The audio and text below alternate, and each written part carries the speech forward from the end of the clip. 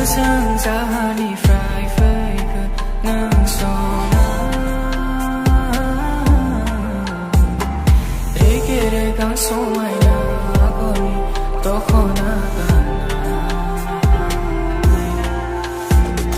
Bersang zahani fry fake nang sona